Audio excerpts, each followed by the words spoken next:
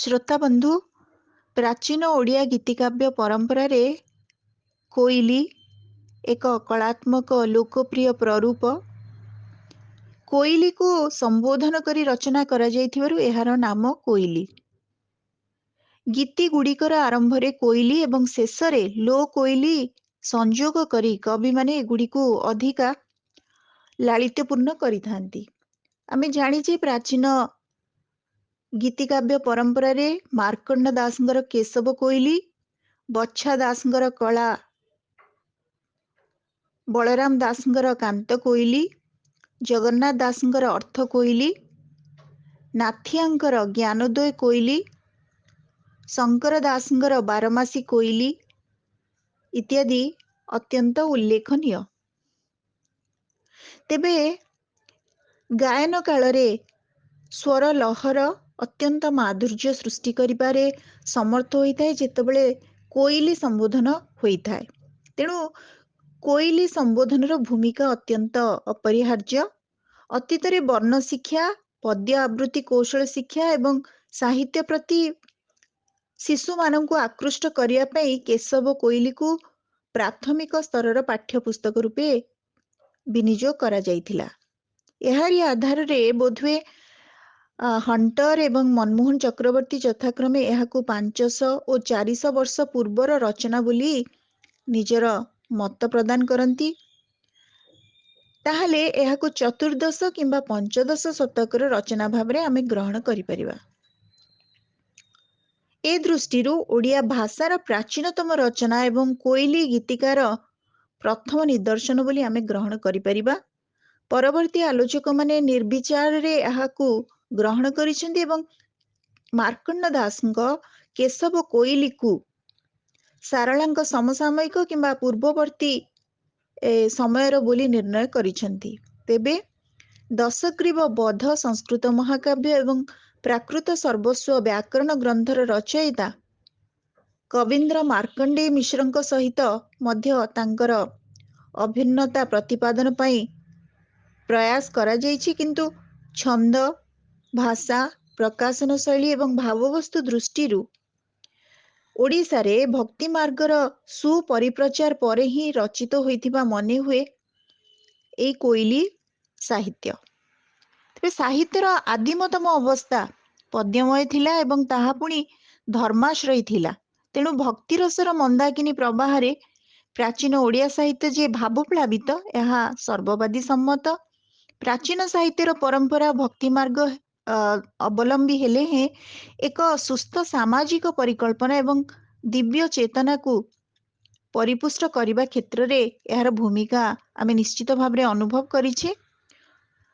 ଆଧ୍ୟାତ୍ମିକତାର ଅନ୍ତରାଳରେ ଏକ ବଳିଷ୍ଠ ସାମାଜିକ ପ୍ରେରଣା ଯେ ଥିଲା, ଏହାକୁ ଅଗ୍ରାହ୍ୟ ମଧ୍ୟ କରାଯାଇ ନପାରେ। ସାହିତ୍ୟର ପଦ୍ୟମୟ ଅବସ୍ଥାର ଗୁଣଗତ ଉତ୍କର୍ଷ ହେଉଛି ସଙ୍ଗୀତ ମାଧ୍ୟମରେ ତାର ସାର୍ବଜନୀନ ଆବେଦନକୁ ପ୍ରତିଷ୍ଠା କରିବା ଏବଂ ତାର ପରିମାଣାତ୍ମକ ବୈଶିଷ୍ଟ୍ୟକୁ ଯୁଗାନୁକ୍ରମେ ଲେଖକମାନଙ୍କ ଦ୍ୱାରା ସମ୍ପୃକ୍ତ ଶୈଳୀ ଏବଂ ରୀତିର ପୁନଃ ପୁନଃ ପ୍ରବର୍ତ୍ତନ ଦ୍ୱାରା ହିଁ ସିଦ୍ଧ କରାଯିବା। ତେଣୁ କୋଇଲି ପ୍ରାଚୀନ ଓଡ଼ିଆ ସାହିତ୍ୟର ଏକ ସୁନ୍ଦର କଳାତ୍ମକ ବୈଶିଷ୍ଟ୍ୟ କହିଲେ କିଛି ଭୁଲ ହେବ ନାହିଁ। ଶ୍ରୋତାବନ୍ଧୁ, ଆମେ ଶୁଣୁଛେ କୋଇଲି କାହାକୁ କୁହାଯାଏ, ତାର ପରିଭାଷା। ପ୍ରାଚୀନ ଗୀତିକାବ୍ୟ ପରମ୍ପରାରେ କୋଇଲିର ଯେଉଁ ମହତ୍ଵ ଅଛି ସାଙ୍ଗୀତିକତା କ୍ଷେତ୍ରରେ, ଲାଳିତ୍ୟ ଆଉ ରସମୟତା କ୍ଷେତ୍ରରେ ଆମେ ସେଟା ବୁଝିଲେ। ବର୍ତ୍ତମାନ କୋଇଲିର ଲକ୍ଷଣ ଟିକେ ଆପଣମାନଙ୍କ ସମ୍ମୁଖରେ ମୁଁ ଆଲୋଚନା ପ୍ରସ୍ତୁତ କରିବାକୁ ଚାହୁଁଛି। କୋଇଲିର ଲକ୍ଷଣ ହେଉଛି ସେ ସମୟର ସମାଜରେ ତାହା ଆଦର ଏବଂ ପ୍ରସିଦ୍ଧି ଲାଭ କରିଥିଲା। କୋଇଲି ଶବ୍ଦ ସଂସ୍କୃତ କୋକିଳ କିମ୍ବା କୋକିଲ ଶବ୍ଦରୁ ଉତ୍ପତ୍ତି ଲାଭ କରିଥିବା ଜଣାଯାଏ।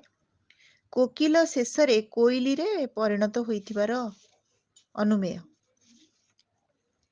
ସଙ୍ଗୀତମୟତ୍ଵ, ବ୍ୟକ୍ତିନିଷ୍ଠତା, ଭାବସଂଗତି ଏହି ରଚନାର ଅବିଚ୍ଛେଦ୍ୟ ଅଙ୍ଗ। ଏହା ଆୟତନ ସାପେକ୍ଷ, ମାନେ ଏହାର ଆୟତନ ମଧ୍ୟ ନିର୍ଦ୍ଦିଷ୍ଟ କରାଯାଇଛି। କ୍ରମିକ ବର୍ଣ୍ଣ ପ୍ରଣାଳୀରେ କୋଇଲିର ପଦଗୁଡ଼ିକୁ ରଚନା କରାଯାଇଥାଏ। ପ୍ରାଚୀନ କାଳରେ ପ୍ରକୃତିର ପକ୍ଷୀକୁ ସମ୍ବୋଧନ କରି ଏହି ପଦ୍ୟ ଲେଖାଯାଉଥିଲା। ମୂଳତଃ ଏହା ସମ୍ବୋଧନାତ୍ମକ। ପ୍ରାଣର ଗଭୀର ଅନୁଭୂତିରେ କୋଇଲିର ପଂକ୍ତିଗୁଡ଼ିକ ବର୍ଣ୍ଣନା ପ୍ରାଧାନ୍ୟ, ଅନୁଭୂତିର ଗଭୀରତା, ହୃଦୟର ଆନ୍ତରିକତା ଏବଂ ଅନାଗତର ଆବାହନ ଏହି କୋଇଲି ରଚନାରେ ସାଧାରଣତଃ ପ୍ରତିଫଳିତ ହୋଇଥାଏ। ପ୍ରାଚୀନ ଓଡ଼ିଆ ସାହିତ୍ୟ ପର୍ଯ୍ୟାୟରେ କୋଇଲି ସାହିତ୍ୟର ସ୍ଥାନ କମ୍ ଗୁରୁତ୍ୱପୂର୍ଣ୍ଣ ନୁହେଁ। ତେଣୁ ସମାଜରେ ନର ନାରୀଙ୍କୁ ବିଦଗ୍ଧ ଅନ୍ତରର ଉଚ୍ଛ୍ୱାସ ଯୁଗେ ଯୁଗେ ବହନ କରିଛି କୋଇଲି ଏବଂ ବିକାଶୋନ୍ମୁଖୀ ଭାବନା ରାଶିକୁ ଯଥାର୍ଥ ରୂପ ଦେବା କ୍ଷେତ୍ରରେ କୋଇଲି ନିଶ୍ଚିତ ଭାବରେ ଏକ ତାର ଗୁରୁତ୍ୱପୂର୍ଣ୍ଣ ଭୂମିକା ନିର୍ବାହ କରିଛି ବୋଲି ଆମେ କହିପାରିବା। ଯେମିତି ଅମର କବି କାଳିଦାସଙ୍କ ରଚିତ ମେଘଦୂତ, ପଞ୍ଚଦଶ ଶତାବ୍ଦୀର ଶ୍ରୀରୂପ ଗୋସ୍ୱାମୀଙ୍କର ହଂସଦୂତ, ତ୍ରୟୋଦଶ ଶତାବ୍ଦୀର ହଂସ ସନ୍ଦେଶ, ତାପରେ ସପ୍ତଦଶ ଶତାବ୍ଦୀର କୃଷ୍ଣାନନ୍ଦଙ୍କ ରଚିତ ପଦାଙ୍କ ଦୂତ ଇତ୍ୟାଦି ଗୀତିକାବ୍ୟରେ ଏଇ ଯୋଉ ଗୋଟେ ସମ୍ବୋଧନାତ୍ମକ ଏବଂ ନିଜର ଭାବକୁ ଅନ୍ୟ ମାଧ୍ୟମରେ ପଠେଇବାର, ପ୍ରେରଣ କରିବାର ଯୋଉ ଦୂତ କାବ୍ୟ ପରମ୍ପରା, ଏଇଟା ଆମେ ଅନୁଭବ କରୁଛେ, ଦେଖୁଛେ। ସଙ୍ଗୀତ ଅଛି, ବ୍ୟକ୍ତିଗତ ଭାବୋଚ୍ଛ୍ୱାସ ଏ ସବୁଥିରେ ରହିଛି ଏବଂ କିପରି ଭାବରେ କବି ତାର ନିଜର ଆବେଗକୁ ସେଥିରେ ଉଲ୍ଲେଖ କରିଛି, ତାହା ହିଁ ସେ କବିତାର ଅନ୍ତ ସ୍ୱରକୁ ଆହୁରି ସାବଲୀଳ ଏବଂ ହୃଦୟସ୍ପର୍ଶୀ କରି ରଖିଛି। କୋଇଲି ରଚନା ମାନଙ୍କୁ ମଧ୍ୟ ବିଭିନ୍ନ ଶ୍ରେଣୀରେ ଆମେ ବିଭକ୍ତ କରିପାରିବା। ଭକ୍ତି ରହସ୍ୟ ଓ ଦର୍ଶନମୂଳକ, ବର୍ଣ୍ଣନାମୂଳକ କୋଇଲି।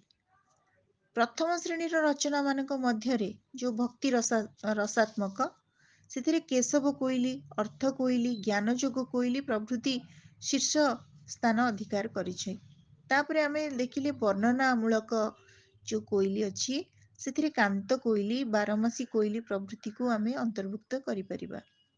କୋଇଲିର ଭିତରେ ବିଦଗ୍ଧ ପ୍ରାଣର ବାର୍ତ୍ତା ବହନ କରିବା ପାଇଁ ତାର ଆଙ୍ଗିକ ଏବଂ ଆତ୍ମିକ ରୀତିରୁ ସହଜରେ ଜଣାପଡ଼େ। ନିଜର ପ୍ରିୟତମ ଆଗରେ ମନୋବେଦନାକୁ ଅଭିବ୍ୟକ୍ତ କରିବା ହେଉଛି କୋଇଲିର ଲକ୍ଷ୍ୟ। ଧରାଯାଉ ଯଶୋଦାଙ୍କ କଥା ନବା, ତାଙ୍କ ଭିତରେ ଯୋଉ ବାତ୍ସଲ୍ୟ ପ୍ରୀତି ଥିଲା କୃଷ୍ଣଙ୍କୁ ନେଇକି, କିମ୍ବା ସ୍ୱାମୀ ସୋହାଗିନୀ କୌଣସି ବିରହିଣୀ ଯୋଉ ସୀତା ହୁଅନ୍ତୁ, ଉର୍ମିଳା ହୁଅନ୍ତୁ, ଯାହାବି ଯୋଉମାନେ ତାଙ୍କ ବିରହ ଦଶାକୁ ଭୋଗ କରିଛନ୍ତି, ସେମାନେ ସାଧାରଣତଃ କୋଇଲି ରଚନା ମାନଙ୍କରେ ବିଶିଷ୍ଟ ଚରିତ୍ର ଭାବରେ ଆମକୁ ପ୍ରତିଭାତ ହୁଅନ୍ତି। ସରଳ ଏବଂ ମନୋଜ୍ଞ ରୀତିରେ କୋମଳ ସରଳ ଭାଷାରେ କୋଇଲିର ପଂକ୍ତି ଗୁଡ଼ିକ ଆହୁରି ହୃଦୟସ୍ପର୍ଶୀ ହୁଏ। ଇଂଲିଶ ସାହିତ୍ୟରେ ବା ଇଂରାଜୀ ସାହିତ୍ୟରେ ଓଡକୁ ଆମେ କୋଇଲିର ସ୍ଥାନରେ ରଖିପାରିବା। ତେଣୁ କୋଇଲିର ରଚନା, ତାର ପ୍ରାଣର ଉଚ୍ଛ୍ୱାସ ସମ୍ପୂର୍ଣ୍ଣ ରୂପେ କରୁଣ ରସାଶ୍ରିତ। ତେଣୁ ଆର ସରଳତା ହେଉଛି ମୁଖ୍ୟ ବିଷୟ। ଆମେ ଏବେ କୋଇଲିର ରଚନା କାଳ ସମ୍ପର୍କରେ ଟିକେ ଅବଗତ ହେବା। ତେବେ ଆଲୋଚକ ମାନଙ୍କ ମତରେ କୋଇଲିର ରଚନା କାଳର ଯୋଉ ସମୟ ସୀମା, ତାକୁ ନିର୍ଦ୍ଧାର୍ଯ୍ୟ କରାଯାଇ ପାରିନାହିଁ। ପାଶ୍ଚାତ୍ୟ ପଣ୍ଡିତ ୱିଲିୟମ ହଣ୍ଟରଙ୍କ ଠାରୁ ଆରମ୍ଭ କରି ସ୍ଥାନୀୟ ଐତିହାସିକ ପଣ୍ଡିତ ତାରିଣୀ ଚରଣ ରଥ ହୁଅନ୍ତୁ ବା ଜଗବନ୍ଧୁ ସିଂ ହୁଅନ୍ତୁ, ପଣ୍ଡିତ ବିନାୟକ ମିଶ୍ର, ଆର୍ତ୍ତବଲ୍ଲଭ ମହାନ୍ତି ହୁଅନ୍ତୁ, ଯିଏ କେହି ବି ହୁଅନ୍ତୁ, ପ୍ରତ୍ୟେକ ଭିନ୍ନ ଭିନ୍ନ ଦୃଷ୍ଟିକୋଣରୁ ଓଡ଼ିଆ ସାହିତ୍ୟରେ ଏଇ କୋଇଲି ବା ଚଉତିଶା, କୋଇଲି ହଉ କିମ୍ବା ଚଉତିଶା, ଆମେ ପରବର୍ତ୍ତୀ ଅଡିଓରେ ପଢିବା ଚଉତିଶା ସମ୍ପର୍କରେ, ଏ ସବୁ ଗୁଡ଼ିକ ତାର ସମୟ ସୀମା ନିର୍ଦ୍ଧାର୍ଯ୍ୟ ନୁହେଁ ବୋଲି ସେ କହିଛନ୍ତି, ସେମାନଙ୍କର ମତ। ତେଣୁ ଆମେ ଏବେ ଆଲୋଚନା କରିବା ଓଡ଼ିଆ ପ୍ରାଚୀନ ଗୀତିକାବ୍ୟ ପରମ୍ପରାର, ଯଦି କହିବା ପ୍ରଥମ ଗୋଟେ ଯୋଉ କୋଇଲି, ସେଟା ହଉଛି କେଶବ କୋଇଲି, ଯାହାକୁ ରଚନା କରିଛନ୍ତି କବି ମାର୍କଣ୍ଡ ଦାସ। ଏଇ ଯୋଉ କେଶବ କୋଇଲିର ଅନ୍ୟ ଗୋଟେ ନାଁ ମଧ୍ୟ ଅଛି, ଯାହାକୁ ତାର ନାମାନ୍ତର ବୋଲି ଆମେ କହିବା, ଏବଂ ପ୍ରଶ୍ନ ବହୁତ ପଡେ ଯେ କେଶବ କୋଇଲି ବଦଳରେ ଯଦି ଯଶୋଦା କୋଇଲି ପଡିଯାଏ, ତାହେଲେ ଆମେ ସବୁ ଦ୍ୱନ୍ଦ୍ୱରେ ପଡେ। ତେଣୁ କେଶବ କୋଇଲି ଯାହା, ଯଶୋଦା କୋଇଲି ତାହା। ଏବଂ ସେ ସମୟରେ ଏଇଟା ଗୋଟେ जनप्रिय ରଚନା ଭାବରେ ଗ୍ରହଣ କରାଯାଏ। ଏହା ଏକ ଚଉତିଶା ଯାହାର ରଚନା କାଳ ଷୋଡ଼ଶ ଶତାବ୍ଦୀର ଶେଷ ଭାଗ ହୋଇପାରେ। ଚାଟଶାଳୀରେ ପିଲାମାନେ ବର୍ଣ୍ଣମାଳା ଓ ମାତ୍ରାଫଳା ଶିଖିବା ପରେ ବା ଶିଖୁଥିଲା ସମୟରେ ଏହାକୁ ବିଶେଷ ଭାବରେ ମାନେ ଶିକ୍ଷକମାନେ ଗୁରୁତ୍ୱ ଦେଇଥାନ୍ତି ଚାଟଶାଳୀରେ ଏବଂ ଏହାକୁ ପଢ଼ିବାକୁ ପଡ଼େ। କବିଙ୍କ ପାଣ୍ଡିତ୍ୟ ବିଶେଷ ନଥିଲେ ହେଁ କରୁଣ ରସ ଫୁଟାଇବାରେ ଏଥିରେ ସେ ସାମର୍ଥ୍ୟ ପ୍ରତିପାଦନ କରିଛନ୍ତି। ଯଶୋଦା ଆପଣା ପୁତ୍ର ଜ୍ଞାନରେ ଦେବକୀର ପୁଅଠାରେ ସ୍ନେହ ଦେଇ ସକଳ ଅଝଟ ଜଞ୍ଜାଳକୁ ପରମ ସୌଭାଗ୍ୟ ମଣି ଯେତେବେଳେ ସେ ଲାଳନ ପାଳନ କରିଥିଲେ, ତା ପରବର୍ତ୍ତୀ ସମୟରେ କୃଷ୍ଣ ଯଶୋଦାଙ୍କୁ ଛାଡ଼ି ଯେତେବେଳେ ମଥୁରା ଫେରି ଆସିଛନ୍ତି ଏବଂ ଆଉ ଯାଉନାହାନ୍ତି, ସେତେବେଳେ ସନ୍ତାନ ରଙ୍କୁଣୀ ଯଶୋଦାର ଯୋଉ ମନୋବ୍ୟଥା କେଶବ କୋଇଲିର ଆଧାର। ପ୍ରାଚୀନ ସାହିତ୍ୟରେ ଯଦି ଦେଖିବା ତାହେଲେ ବାତ୍ସଲ୍ୟ ଆଉ କରୁଣ ରସର ଗୋଟେ ସୁନ୍ଦର ଯୋଉ ଫ୍ୟୁଜନ, ସୁନ୍ଦର ସମନ୍ୱୟ ହଉଛି କେଶବ କୋଇଲି, ଯାହାର ରଚୟିତା କବି ମାର୍କଣ୍ଡ ଦାସ। ଆଉ ଟିକେ ଯଦି କେଶବ କୋଇଲି ସମ୍ପର୍କରେ ଆମେ ଆଲୋଚନା କରିବା, ସେଥିରେ ଯଶୋଦାଙ୍କର ଜନନୀ ହୃଦୟ ପୁତ୍ରର ବିରହରେ ଯେପରି ବ୍ୟଥିତ ଓ ଚିନ୍ତାତୁର ହୋଇଛି, ତାହାର ନିଖୁଣ ପରିପ୍ରକାଶ ଏଥିରେ ସମ୍ଭବ ହୋଇଛି। ପୁତ୍ର ପାଖରେ ନଥିଲେ ମା ଯେପରି ଚିନ୍ତିତା ହୁଏ, ଯଶୋଦା ଶ୍ରୀକୃଷ୍ଣଙ୍କ ବିଚ୍ଛେଦରେ ସେହି ପ୍ରକାର ନିଜର ମନୋବ୍ୟଥାକୁ ଅଭିବ୍ୟକ୍ତ କରିଛନ୍ତି। ପ୍ରକାରାନ୍ତରେ କବି ଯଶୋଦାଙ୍କର ମାନସିକତାକୁ ଶବ୍ଦରେ ସୁନ୍ଦର ରୂପ ଦେଇଛନ୍ତି। ସାମାଜିକ ଓ ପୌରାଣିକ ଯୋଉ କାରୁକାର୍ଯ୍ୟ ଅଛି, ସୌନ୍ଦର୍ଯ୍ୟ ଅଛି, ତା ବଳରେ ଏଇ ରଚନାଟି ଗୋଟେ ଉଚ୍ଚ କୋଟିର ରଚନା ଭାବରେ ସବୁବେଳେ ସ୍ୱୀକୃତ। ଏଥିରେ ବ୍ୟବହୃତ ଶବ୍ଦ ଗୁଡ଼ିକ ଟିକେ ଦେଖିବା, ଯେ ଖାଇବାର ପୁତ୍ର, ଘଟଣ, ଛାଟ, ଭଣ୍ଡି ନେଲା, ଝଗଡ଼ା, ଡାଳରତ୍ନ, ଶୁଆ, ଥବିର କାଳ, ଫଲିବାର ଫଳ, ଭେଡ଼ାଏ, ଖେନ୍ଦଣି, ବିନ୍ଧଣି, ଭୁଜଦଣ୍ଡ, ଏସବୁ ଓଡ଼ିଆ ଭାଷାର ପ୍ରାଚୀନ ପର୍ଯ୍ୟାୟର କେତେକ ଲକ୍ଷଣ ଆମେ ଦେଖୁ। ତେଣୁ କେଶବ କୋଇଲି ନିଶ୍ଚିତ ଭାବରେ ଏକ ସ୍ମରଣୀୟ ସୃଷ୍ଟି। ଏଥିରେ ଗୋଟେ କାବ୍ୟଗତ ଉପମା ମଧ୍ୟ ଆମର ସ୍ମରଣୀୟ, ସେଟା ହଉଛି ଶଶୀ ଜେହ୍ନେ ଦିନୁ ଦିନ କ୍ଷୀଣ। ମାନେ ଚନ୍ଦ୍ର ଯେପରି ଦିନକୁ ଦିନ କ୍ଷୟ ପାଏ, ଠିକ୍ ସେମିତି ଶ୍ରୀକୃଷ୍ଣଙ୍କ ବିରହରେ ବିଚ୍ଛେଦରେ ମାତା ଯଶୋଦାଙ୍କର ସ୍ଥିତି ସେୟା। ସେହିପରି ସେହି ଭଳି କ୍ଷୀଣ ହେଲେ ମୋ ନନ୍ଦ ରାଜନଲୁ କୋଇଲି। କେଶବ କୋଇଲି କେବଳ ମାତ୍ର ପ୍ରାଚୀନ ଯୁଗର କୃତି ହିସାବରେ ନୁହେଁ, ଏହା ଓଡ଼ିଆ ସାହିତ୍ୟ ପରମ୍ପରାରେ ଏକ ପାରମ୍ପରିକ ମୂଲ୍ୟବୋଧର ପ୍ରତୀକ ଭାବରେ ଆମେ ଗ୍ରହଣ କରୁ। ସେଭଳି କାନ୍ତ କୋଇଲି ଗୋଟେ ଅଛି, ଏବଂ କାନ୍ତ କୋଇଲି ଯାହାର ରଚୟିତା ହେଉଛନ୍ତି କବି ବଳରାମ ଦାସ, ତାଙ୍କ ସମ୍ପର୍କରେ ମଧ୍ୟ ଟିକେ ଆମେ ଜାଣିବା। ବିଶେଷ କରି କାନ୍ତ କୋଇଲି ସମ୍ପର୍କରେ। କାନ୍ତ କୋଇଲିଟି ପୌରାଣିକ ଭିତ୍ତି ଉପରେ ଆଧାରିତ। ଲଙ୍କାପତି ରାବଣ କର୍ତ୍ତୃକ ଅପହୃତା ବୈଦେହୀ ଏଇ କୋଇଲିର ମୁଖ୍ୟ ଚରିତ୍ର। ଯେମିତି ଆମେ ଆଲୋଚନା କରୁଥିଲେ, ଏଥିରେ ସମ୍ବୋଧନ ବି ଅଛି ଏବଂ ନିଜର ବିରହ, ନିଜର ଯନ୍ତ୍ରଣା, ନିଜର ଯୋଉ କାରୁଣ୍ୟ, ତାକୁ ଅଭିବ୍ୟକ୍ତ କରିବା ସମୟରେ କୋଇଲିର ଭୂମିକା ଗୁରୁତ୍ୱପୂର୍ଣ୍ଣ। ତେଣୁ ସ୍ୱାମୀ ବିଚ୍ଛେଦଗତ ବ୍ୟଥା ଓ ବେଦନାରେ ଆତୁରା ନାରୀମାନଙ୍କର ପ୍ରତିନିଧିତ୍ୱ କରିବା ଭଳି ସେ ତାଙ୍କ ଚରିତ୍ର ଏଠାରେ ଏକ ବଳିଷ୍ଠ ଆଦର୍ଶ ଚରିତ୍ର ରୂପେ ବର୍ଣ୍ଣିତ। ରାମାୟଣର ଘଟଣାକୁ କେନ୍ଦ୍ର କରି କାନ୍ତ କୋଇଲି ରଚିତ, ଯାହାକି କବି ବଳରାମ ଦାସଙ୍କ ଦ୍ୱାରା ରଚିତ। ବର୍ତ୍ତମାନ ଆମେ ସାମାନ୍ୟ ଆଲୋଚନା କରିବା ଅର୍ଥ କୋଇଲି ସମ୍ପର୍କରେ। ଅର୍ଥ କୋଇଲିର ରଚୟିତା ହେଉଛନ୍ତି ଜଗନ୍ନାଥ ଦାସ। ରଚନାର ନାମକରଣରୁ ଏହାର ସ୍ୱରୂପ ଆମେ ଅନୁଭବ କରିପାରିବା। ଏହା ନିଗୂଢ଼ ତତ୍ତ୍ୱ, ଯୋଉ ଜୀବାତ୍ମା ଆଉ ପରମାତ୍ମାର ଅଭେଦ୍ୟ ସମ୍ପର୍କ, ଏହି କୋଇଲିର ମୁଖ୍ୟ ଉଦ୍ଦେଶ୍ୟ। ଓଡ଼ିଆ ସାହିତ୍ୟରେ ପଞ୍ଚସଖା ଯୁଗର ଯେଉଁ ଭକ୍ତିମତ୍ତା ଥିଲା, ଆଧ୍ୟାତ୍ମିକତା ଥିଲା, ଏହି ରଚନାକୁ ତାହା ସମ୍ପୂର୍ଣ୍ଣ ରୂପେ ପ୍ଲାବିତ କରିଛି ବୋଲି କହିବାକୁ ହେବ।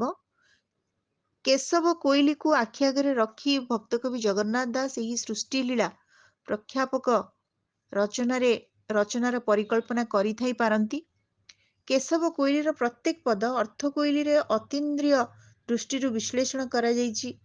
କବି ଗୃହସ୍ଥ ଜୀବନ ସମ୍ପର୍କରେ ଏଥିରେ ଆଲୋଚନା କରିଛନ୍ତି।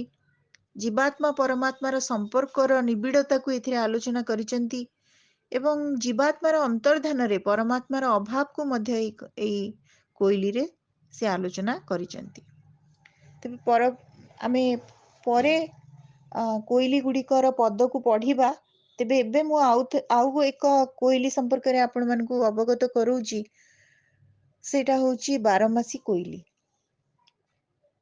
ବାରମାସୀ କୋଇଲି ର ରଚୟିତା ହେଉଛନ୍ତି ଶଙ୍କର ଦାସ ଏବଂ ତା ପୂର୍ବରୁ ଆଉ ଏକ କୋଇଲି ରହିଗଲା, ସେଟା ହେଉଛି ନାଥିଆ ବା କବି ଲୋକନାଥଙ୍କ ଦ୍ୱାରା ଲିଖିତ ଜ୍ଞାନୋଦୟ କୋଇଲି। ସେଇଟା ମଧ୍ୟ ଶ୍ରୀ ଜଗନ୍ନାଥ ଦାସଙ୍କ ରଚିତ ଯୋଉ ଜୀବ ପରମର ଯୋଉ ସୃଷ୍ଟି ତତ୍ତ୍ୱ ସମ୍ପର୍କିତ ଯୋଉ ରଚନା ଭଳି ପିଣ୍ଡ ବ୍ରହ୍ମାଣ୍ଡର ପରିକଳ୍ପନା ଜ୍ଞାନୋଦୟ କୋଇଲିର ମୁଖ୍ୟ ବିଷୟବସ୍ତୁ, ତାର ଅନ୍ତଃସ୍ୱର।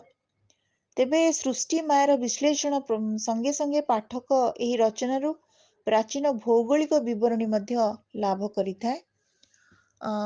ଯେମିତି ଏଥିରେ ଶବ୍ଦ ଗୁଡ଼ିକ ଅଛି ଗୋଲହାଟ, କାଳନ୍ଦୀ, ତ୍ରିବେଣୀ, ଗୁମ୍ଫା, ଚେତନା ଘର, ଜ୍ୟୋତିଛାୟା, ଶୂନ୍ୟ ମନ୍ଦିର, ନୀଳକଳ୍ପ, ବଟମୂଳ, ବ୍ରହ୍ମରନ୍ଧ୍ର, ଢଙ୍କୁଣ, ତ୍ରିକୁଟ, ଧ୍ରୁବମଣ୍ଡଳ, ପରମହଂସ,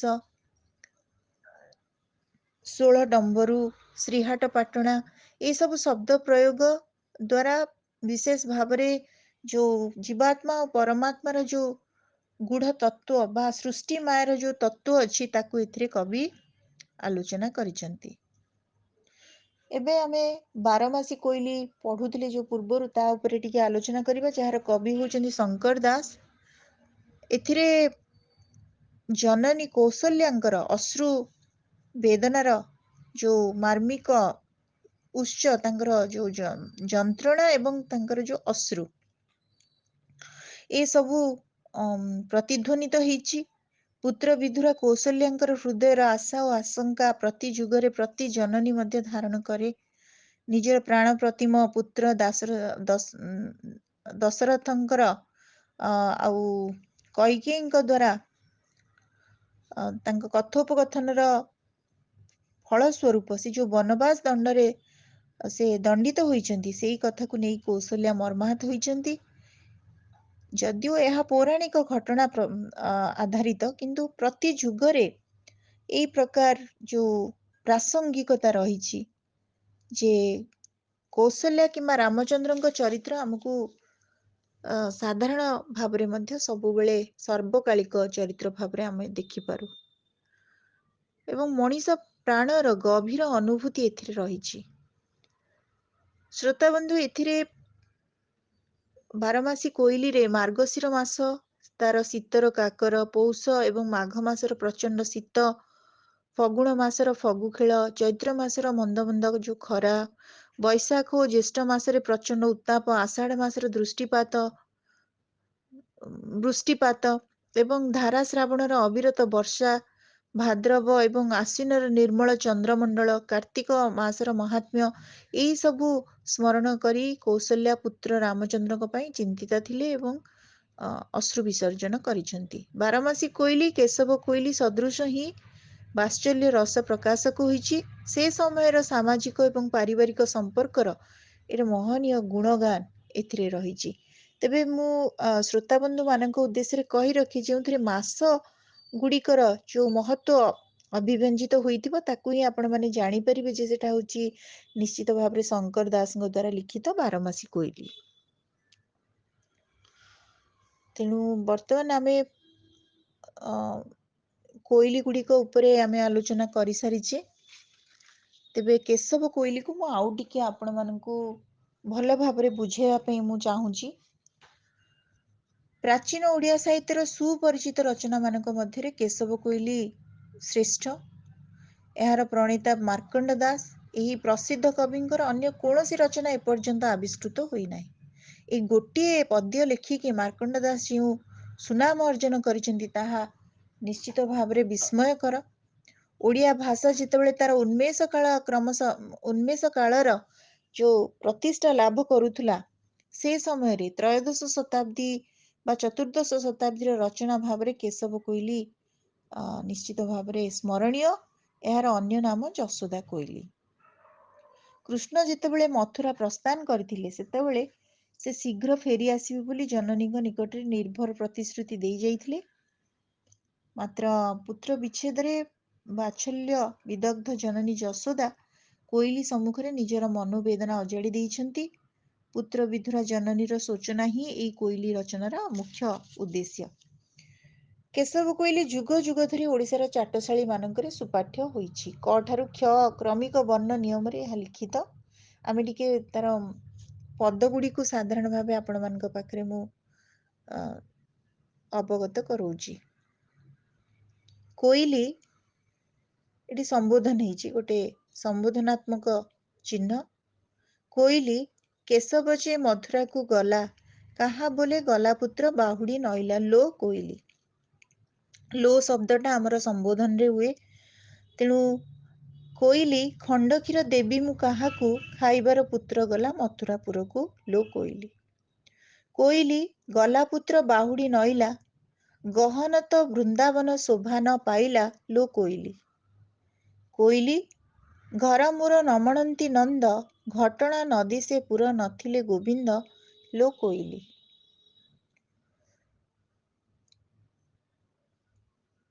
କୋଇଲି ନନ୍ଦ ଦେହ ପାଷାଣେ ଗଢ଼ିଲା, ନୟନେ କଜ୍ୱଳ ଦେଇ ରଥେ ବସାଇଲା ଲୋ କୋଇଲି। କୋଇଲି ଚଳୁଥାଇ କଟିସ୍ଥ ମେଖଳି, ଚକିତ ହୋଇଲେ ଶୁଣି ଗୋପପୁର ବାଳି ଲୋ କୋଇଲି। କୋଇଲି ଛାଟକେ ମୁଁ ମାଇଲି ପୁରୁବେ, ଛାଡ଼ିଅବା ଗଲେ କୃଷ୍ଣ ସେହି ପରାଭବେ ଲୋ କୋଇଲି। ଶ୍ରୋତାବନ୍ଧୁ, ବର୍ତ୍ତମାନ ଆମେ ବଳରାମ ଦାସଙ୍କ ବିରଚିତ କାନ୍ତ କୋଇଲିକୁ ଟିକେ ପଢ଼ିବା, ଯୋଉଟା ଆପଣମାନଙ୍କୁ ଭଲ ଲାଗିବ। ସାଧାରଣତଃ କରୁଣ ରସର ବ୍ୟଞ୍ଜନା ଏଇ କୋଇଲିର ମୁଖ୍ୟ ଆବେଦନ। ସବୁ କୋଇଲିର ଅନ୍ତଃସ୍ୱରରେ କରୁଣ ରସ ନିଶ୍ଚିତ ଥାଏ। ତେବେ କାନ୍ତ କୋଇଲି ସ୍ୱାମୀ, କାନ୍ତ ଶବ୍ଦର ଅର୍ଥ ହେଉଛି ସ୍ୱାମୀ। ତେଣୁ ସ୍ୱାମୀ ବିଧୁରା ଯୋଉ ନାରୀ ମନର ଯୋଉ ଯନ୍ତ୍ରଣା ସନ୍ତାପ, ତାକୁ ଏଥିରେ ଅତି ସୁନ୍ଦର ଭାବରେ କବି ବଳରାମ ଦାସ ଶବ୍ଦାୟିତ କରିଛନ୍ତି। ଲଙ୍କାଧିପତି ଦୁର୍ଦ୍ଧର୍ଷ ରାବଣ ଦ୍ୱାରା ଜାନକୀ ବଳପୂର୍ବକ ଅପହୃତା ହୋଇଛନ୍ତି ଏବଂ ରାମଚନ୍ଦ୍ରଙ୍କ ଅନୁପସ୍ଥିତିରେ ତାଙ୍କ ଭିତରେ, ତାଙ୍କ ମନରେ ଯୋଉ କରୁଣ ସନ୍ତାପ ଆସୁଛି ଏବଂ ସେ ଅଶ୍ରୁ ବିସର୍ଜନ କରୁଛନ୍ତି। ଷୋଡ଼ଶ ଶତାବ୍ଦୀର ରାମାୟଣକାର ଭକ୍ତ କବି ବଳରାମ ଦାସ କାନ୍ତ କୋଇଲିର ପ୍ରଣେତା। ବନ୍ଦିନୀ ସୀତାଙ୍କ ହୃଦୟର ଆବେଗ, ପ୍ରାଣର ଅଶ୍ରୁ ଉଚ୍ଛ୍ୱାସ ସରଳ ଭାଷାରେ ହିଁ ଅଭିବ୍ୟକ୍ତ କରାଯାଇଛି।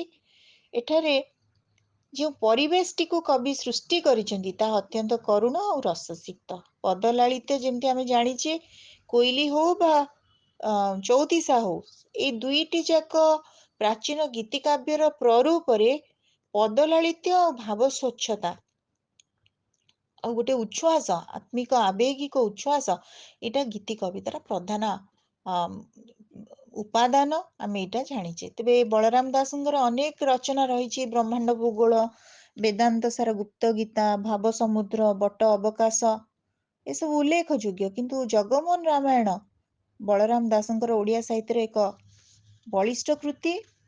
ତେଣୁ ବର୍ତ୍ତମାନ ଆମେ କବିଙ୍କର କାନ୍ତ କୋଇଲି ପଦରୁ କିଛି ଆମେ ପଢ଼ିବା।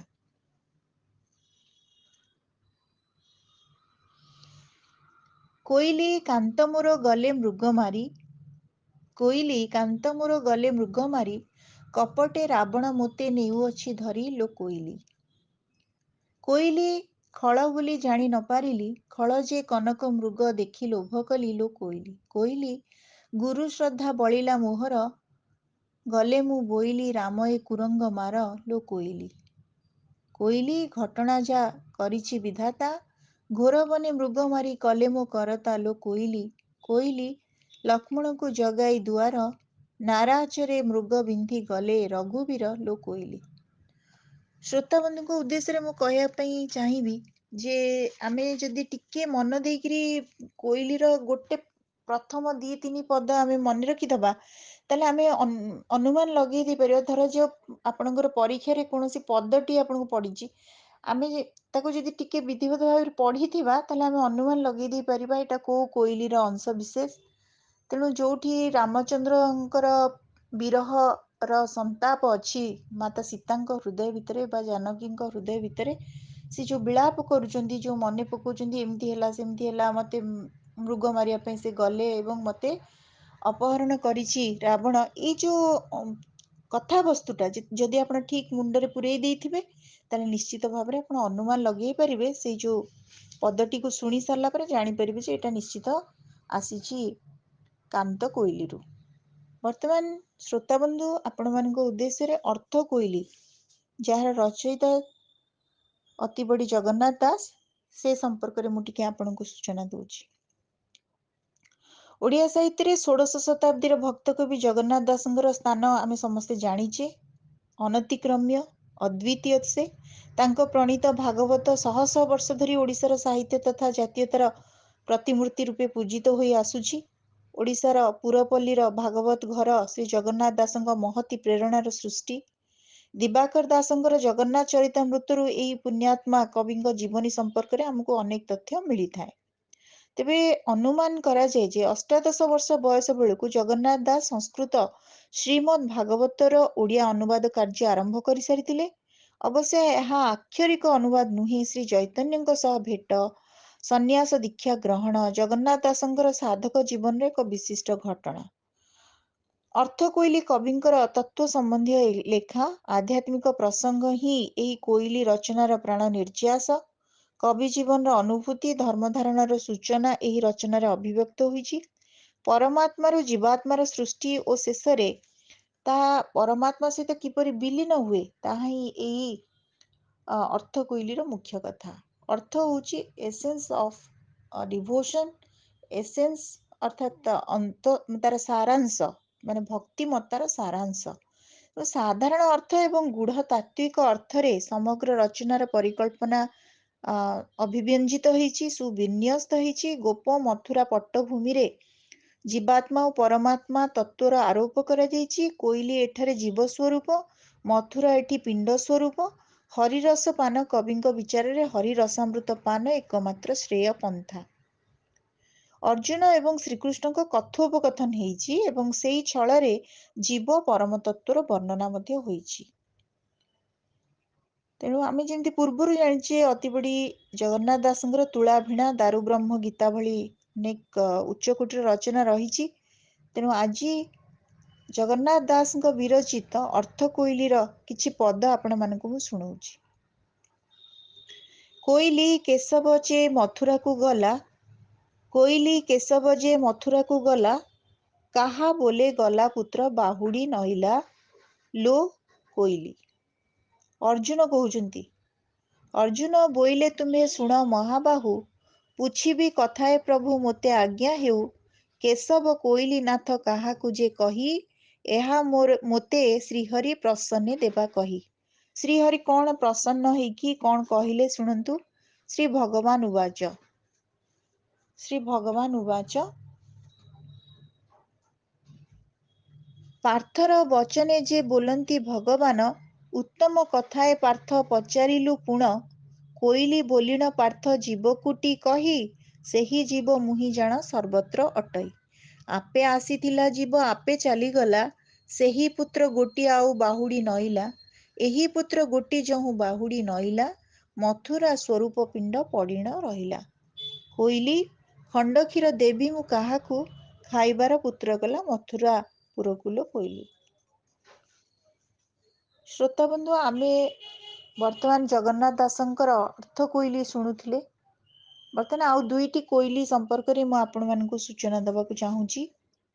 ସେଟା ଗୋଟିଏ ହେଉଛି ନାଥିଆ ବା ଲୋକନାଥ, କବି ଲୋକନାଥଙ୍କର ଜ୍ଞାନୋଦୟ କୋଇଲି ଏବଂ ଆଉ ଅନ୍ୟଟି ହେଉଛି ବାରମାସୀ କୋଇଲି ଶଙ୍କର ଦାସଙ୍କର। ଜ୍ଞାନୋଦୟ କୋଇଲି ଜୀବାତ୍ମା ଓ ପରମାତ୍ମାର ତତ୍ତ୍ୱକୁ କେନ୍ଦ୍ର କରି ଲିଖିତ। ଆଧ୍ୟାତ୍ମିକତାର କଠିନ ବିଶ୍ଳେଷଣ ଏଥିରେ ରହିଛି। ପ୍ରାଚୀନ ଯୁଗର ଭକ୍ତକବି ନିଜ ଜୀବନର ଗୂଢ଼ ସାଧନା ତଥା ଅନୁଭୂତିକୁ କେତେକ ଚିତ୍ରକଳ୍ପ କିମ୍ବା ପ୍ରତୀକ ସାହାଯ୍ୟରେ ଯଥା କାଳନ୍ଦୀ, ଗୋଲାହାଟ, ହଂସ, ଟେକିଅ, ତ୍ରିବେଣୀ ପ୍ରକାଶ କରିଥାନ୍ତି। ଉଚ୍ଚ ବୈଷ୍ଣବ ଧର୍ମ ଦର୍ଶନର ଆଧ୍ୟାତ୍ମ ଭାବ ଏହି ଜ୍ଞାନ ପ୍ରକାଶିକ ରଚନାର ପ୍ରଧାନ ଉପଜୀବ୍ୟ ବିଷୟ।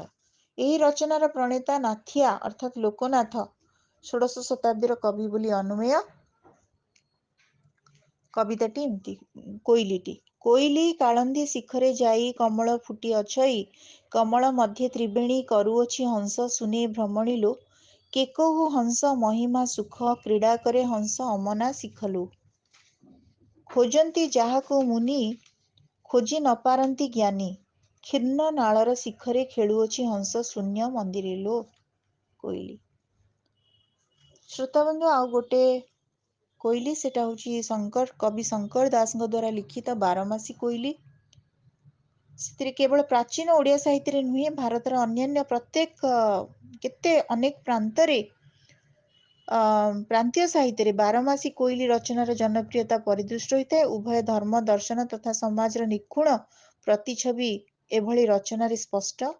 ପ୍ରକୃତି ବର୍ଣ୍ଣନା ପୃଷ୍ଠଭୂମିରେ କବି ବିଶ୍ୱ ଜନତାର ହୃଦୟାବେଗ ତଥା ସୂକ୍ଷ୍ମାନୁଭୂତିକୁ ରୂପାୟିତ କରିବାରେ ଏହି ଜାତୀୟ ରଚନା ଆହୁରି ସାର୍ଥକ ଏବଂ ଶକ୍ତିଶାଳୀ। ସଙ୍ଗୀତର ମହତ୍ତ୍ୱ, ଗୀତିର ମହତ୍ତ୍ୱ ଏହି ରଚନାକୁ ଆହୁରି ଆବେଗରେ ପରିପୂର୍ଣ୍ଣ କରେ। କରୁଣ ରସର ପ୍ଲାବନ ମଧ୍ୟରେ ନରନାରୀଙ୍କ ପ୍ରାଣର ଆବେଗ ଯେପରି ସ୍ପନ୍ଦିତ ହୋଇଥାଏ। ଋତୁଚକ୍ରର ଆବର୍ତ୍ତନରେ ବାରମାସର ଯେଉଁ ବିଭିନ୍ନ ଆଲେଖ୍ୟ, ପ୍ରାଚୀନ ଭାବବିଦଗ୍ଧ କବିମାନେ ତାହା ବର୍ଣ୍ଣନା କରିବାରେ ତ୍ରୁଟି କରୁନଥିଲେ, କିନ୍ତୁ ବାରମାସୀର ଜନପ୍ରିୟତା ସପକ୍ଷରେ ଏହା କୁହାଯାଇପାରେ ଯେ ଏହା ନିଛକ ପ୍ରକୃତି ବର୍ଣ୍ଣନା ନୁହେଁ, କୌଣସି ସୁନିର୍ବାଚିତ କାବ୍ୟ ଚରିତ୍ରର ସାହାଯ୍ୟରେ ଏହି ବର୍ଣ୍ଣନା ହୋଇଛି। ଆଲୋଚ୍ୟ ବାରମାସୀ କୋଇଲିରେ ଜନନୀ କୌଶଲ୍ୟା ଏବଂ ପୁତ୍ର ରାମଚନ୍ଦ୍ର ହିଁ ଉପସ୍ଥାପିତ। ଫଗୁଣ ମାସର ଫଗୁ କ୍ରୀଡ଼ା ଠାରୁ ଆରମ୍ଭ କରି ଆଶ୍ୱିନ ମାସର ନିର୍ମଳ ଚନ୍ଦ୍ରକିରଣ ପର୍ଯ୍ୟନ୍ତ ପ୍ରକୃତିର ପ୍ରତ୍ୟେକ ରୂପ ଉଭୟ ଜନନୀ ଏବଂ ପୁତ୍ରର ହୃଦୟରେ ମମତାର ବନ୍ଧନ ସୃଷ୍ଟି କରିଛି। ସହାନୁଭୂତି, ମମତା, ଅନୁରାଗ ହିଁ ଏହି କୋଇଲିରେ ପ୍ରତିଫଳିତ ହୋଇଛି। ଏହି ରଚନାର ଲୋକପ୍ରିୟତା କବି ଶଙ୍କର ଦାସଙ୍କୁ ଓଡ଼ିଆ ସାହିତ୍ୟରେ ସ୍ମରଣୀୟ କରି ରଖିଛି।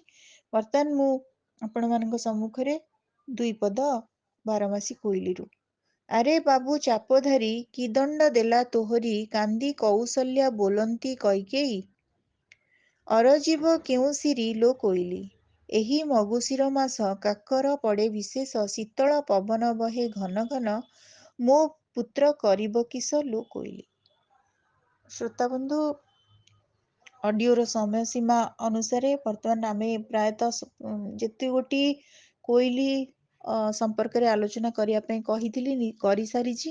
ଆଶା କରୁଛି ଆପଣମାନଙ୍କୁ ଏଇ ଅଡ଼ିଓଟି ବହୁତ ଉପାଦେୟ ମନେ ହେବ।